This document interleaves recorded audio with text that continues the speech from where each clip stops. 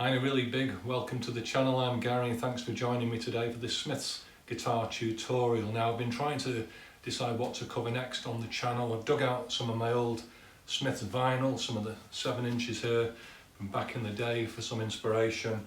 We've not done that one yet, Hand in Glove, so we'll definitely, I think we need to get on, cover that one at some point on the channel. I think that's a definite.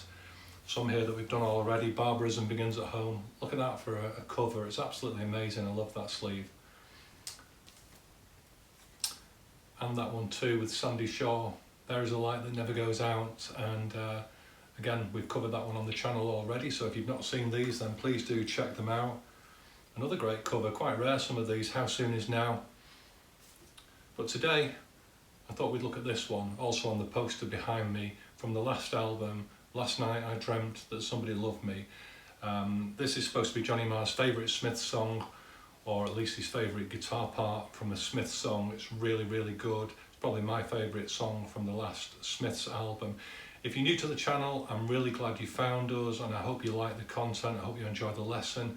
And if you do, then please give me a thumbs up, subscribe to the channel. It's going to help me to grow it. Anyway, we're going to get close up and we're going to break down every little part. But Last Night I Dreamt That Somebody Loves Me. Let's go.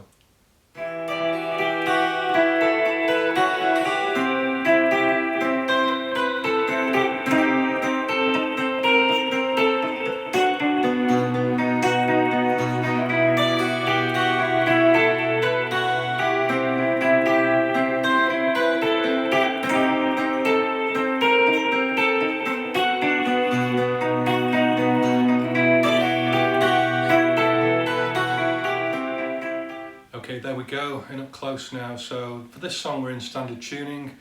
I've got a capo, as you can see, at the 2nd fret, in common with a lot of Smith's songs where Johnny used to tune up the guitar a whole step, but you can achieve it just by use of a capo. I've got a nice clean tone through the amp, touch of reverb through the amp, chorus, compression, a little bit of delay. I think it just helps some of those arpeggio parts in some of these songs to have some delay. Tiny little bit of tremolo that I get through a pedal. I don't have it on my amp, I have a Hamstead tremolo. So the underlying chords for this song, and I'm going to play these as bar chords, so in a way it doesn't matter that the capo's on because the capo's not going to come into play just for these chord parts. It will come into play in a bit when we look at the arpeggio that I'll show you. So we've got an E minor, played using this A minor bar position. We go to C major, that's using an E shape as a bar chord.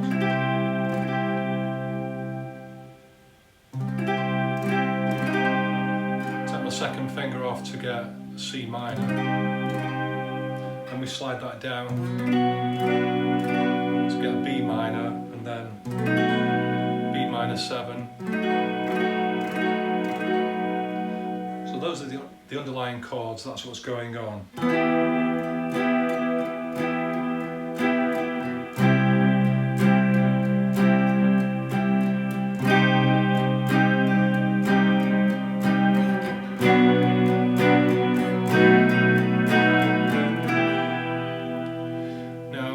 If you see Johnny playing it these days with his band, he's not using a capo, and I think that's because he's still playing the same chords, but just he can play in an open position without the capo, and I think it's because now he's singing, it's too much, well, I hope I'm not doing him down by saying that, but it's probably quite a job on to sing and play the riff that we're going to look at next, so I think the other guitarist probably picks up the main riff, and Johnny he's playing the same chords, but he's just playing them in an open position without the capo.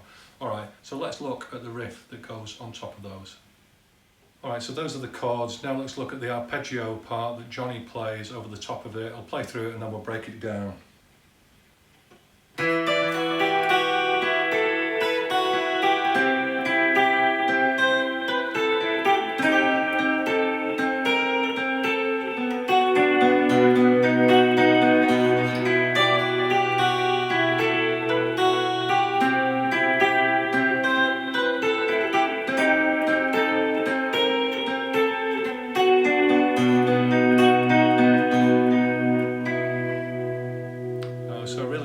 stuff as always from Johnny there, picking out notes from within the chords and around the chords to create a melody. So I'm going to just break that down into 3 or maybe 4 steps, and we'll go through it slowly together.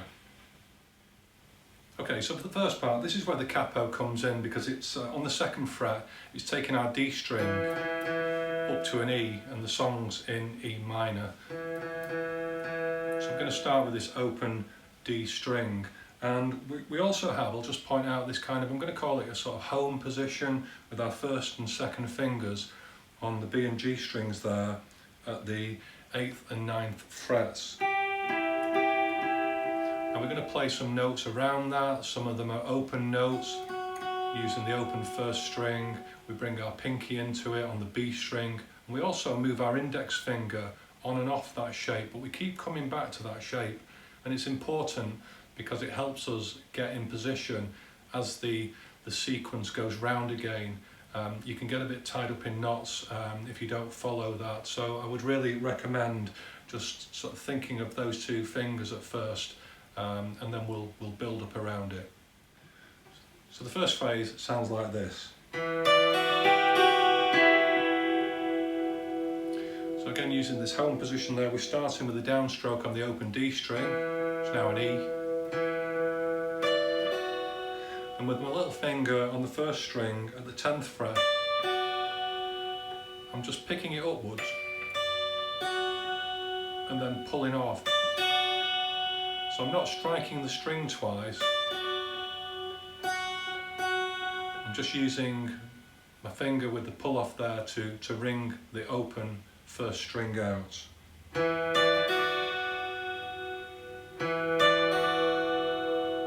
Okay.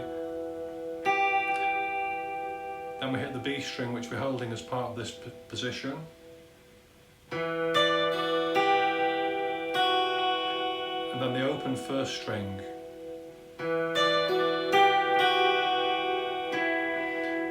And then the G string again, which we're holding as part of our home position, if I can call it that.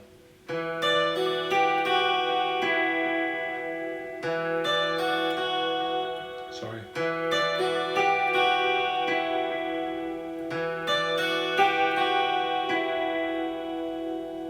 Okay, so that's the first part.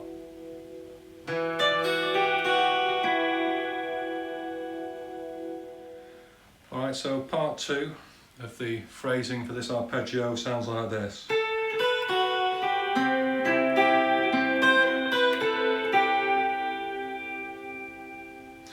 Again, so we're starting in what I'm calling the home position there, but we're not playing those notes just yet. I'm going to, with my little finger on B10, picking upwards, that's the 1st note, and then I'm going to just take my index finger away from our home position onto E7, so we get this, and then as I no sooner have I played it, I take it off to play the open 1st string.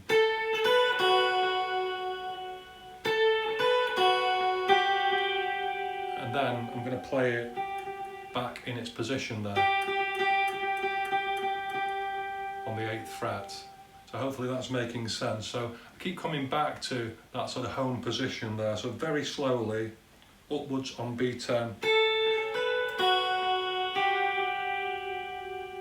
Alright, and then I'm going to put my 3rd finger down on D10.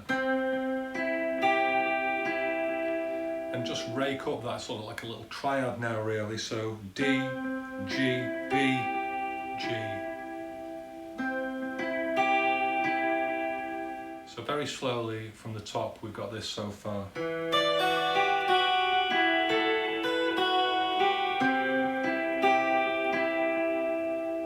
Again.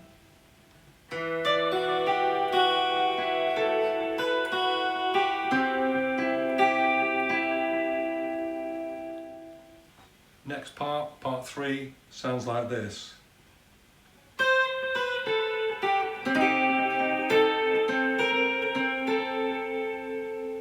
Okay, so we come out of this position, this triad.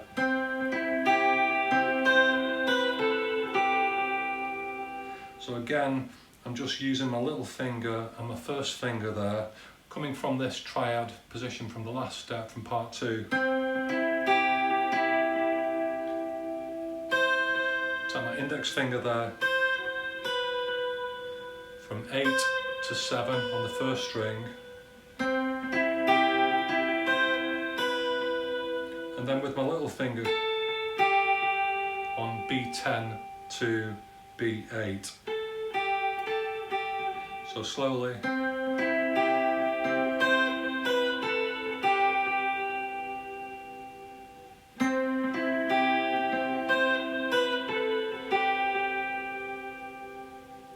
Then staying in that position, I'm just going to bar across. So I'm still holding down D10, we get this chord.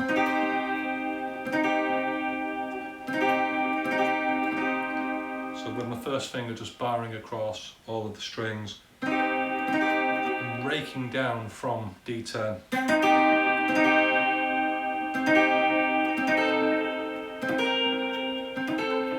So with your little finger there, you just got to, it's a bit of a stretch, but just try and, first of all, it's the open, so just the open bar strumming down, then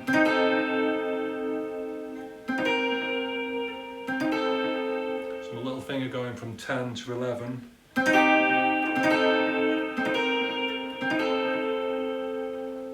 okay. Now as I do that, I'm sort of stroking down, raking down the chord for the first one,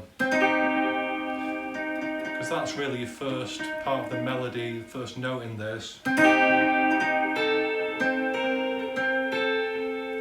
you see, rather than just go, I'm also just answering it with that note. So that's the way I play it. I think it just fills it out a bit nicer.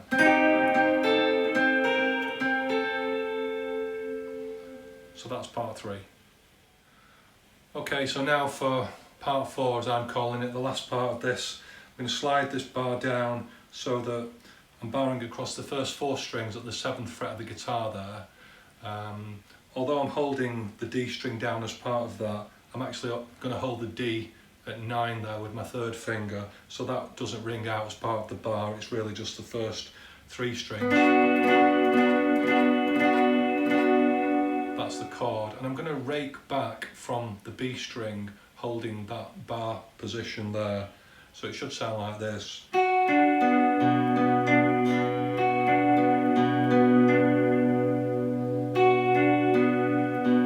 So as we rake down, we play the B, G, D strings down to that open A string.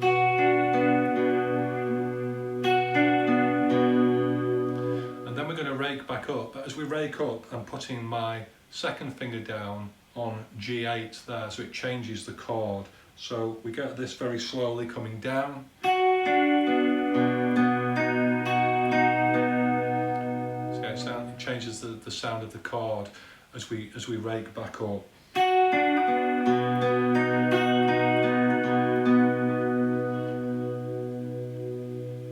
And very importantly, just to finish, we need to get back to that E position to go around again. But what I'm going to do is slide my 2nd finger up, because it's important, as we did before, to get back in our home position. That's why I mentioned it early on.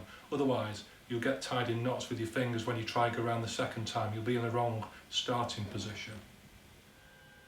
Okay, so putting those 4 component parts together very slowly, we get this.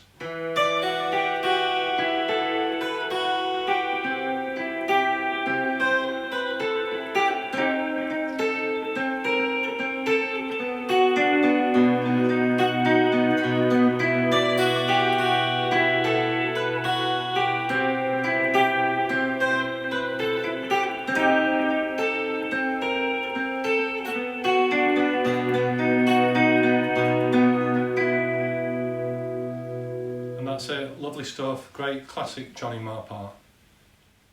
So that's how I play Last Night I Dreamt That Somebody Loves Me by the Smiths. It's a great guitar part, classic Johnny Marr really. I hope you've enjoyed the lesson.